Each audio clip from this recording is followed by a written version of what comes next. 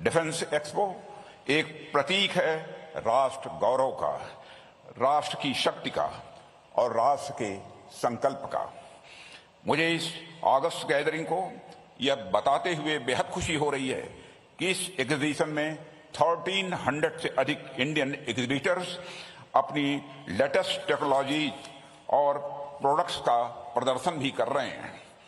इस आयोजन की 80 से अधिक कंट्रीज के डिफेंस मिनिस्टर्स, सर्विस चीफ्स और ऑफिशियल्स भी भाग ले रहे हैं।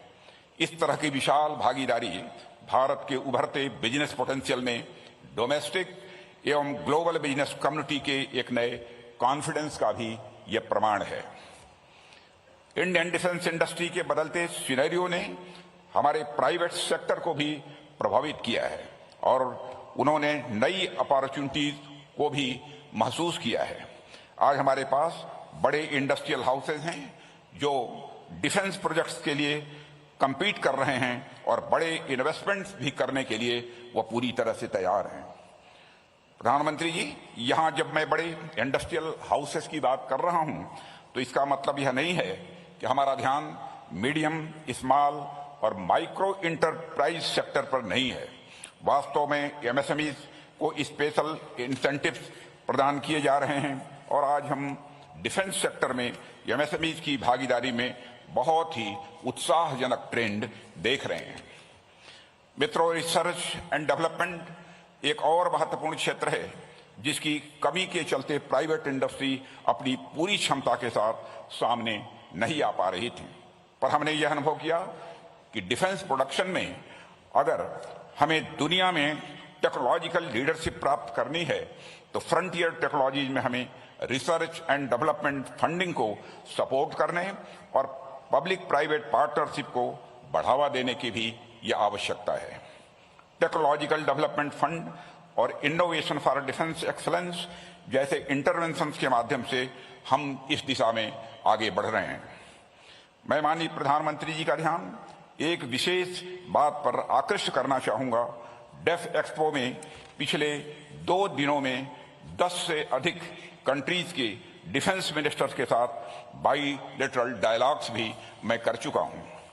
इसके अलावा भी दिल्ली या कहीं बाहर समय समय पर अलग अलग देशों के डिफेंस मिनिस्टर से मेरी बातचीत लगातार होती रहती है। इस दौरान मैंने देखा है कि दुनिया के अनेक देशों में हमारे defence goods, equipments, defence technology और मिलिट्री ट्रेनिंग व्यवस्था का बहुत बड़ा सम्मान है। यह निश्चित ही हमारे रक्षा क्षेत्र के लिए एक पॉजिटिव डेवलपमेंट है। साथियों, नेशनल सिक्योरिटी हमारे लिए हमेशा से हमारी यह सर्वोच्च प्राथमिकता रही है। जल, थल और नभ तो हमारी सेनाओं के शौर्य और पराक्रम के साक्षी रहे ही हैं, पर उससे कहीं आगे बढ़ते हुए अंडर वाटर डोमेन अवेयरनेस के रूप में समुद्र की गहराइयों और एरोस्पेस फोर्स के रूप में स्पेस की ऊंचाइयों तक हम अपनी डिफेंस कैपेबिलिटीज का भी विस्तार कर रहे हैं। इसी क्रम में आज माननीय प्रधानमंत्री जी के कर कमलों से मिशन डेफ स्पेस लॉन्च किया जा रहा है। मिशन डेफ स्पेस के अंतर्गत स्पेस डोमेन में रक्षा आवश्यकताओं के आधार पर 75 चैलेंजेस को इनोवेटिव सॉल्यूशन प्राप्त करने के लिए ओपन किया जा रहा है। माननीय प्रधानमंत्री जी, आपकी विजनरी लीडरशिप में न केवल डिफेंस सेक्टर बल्कि हमारी इकोनॉमी के सभी सेक्टर प्रगति की राह पर तेजी से आगे बढ़ रहे हैं। आने वाले समय में इस प्रगति में और बढ़ोतरी होगी, ऐसा मेरा पूरा विश्वास है। अंत में डिफेंस एक्सपो 2022 के इस महासंगम में आप सबकी उत्साहजनक भागीदारी के लिए मैं आप सबको धन्यवाद देता हूं। इन्हीं शब्दों के साथ आप सबको बहुत बहुत धन्यवाद।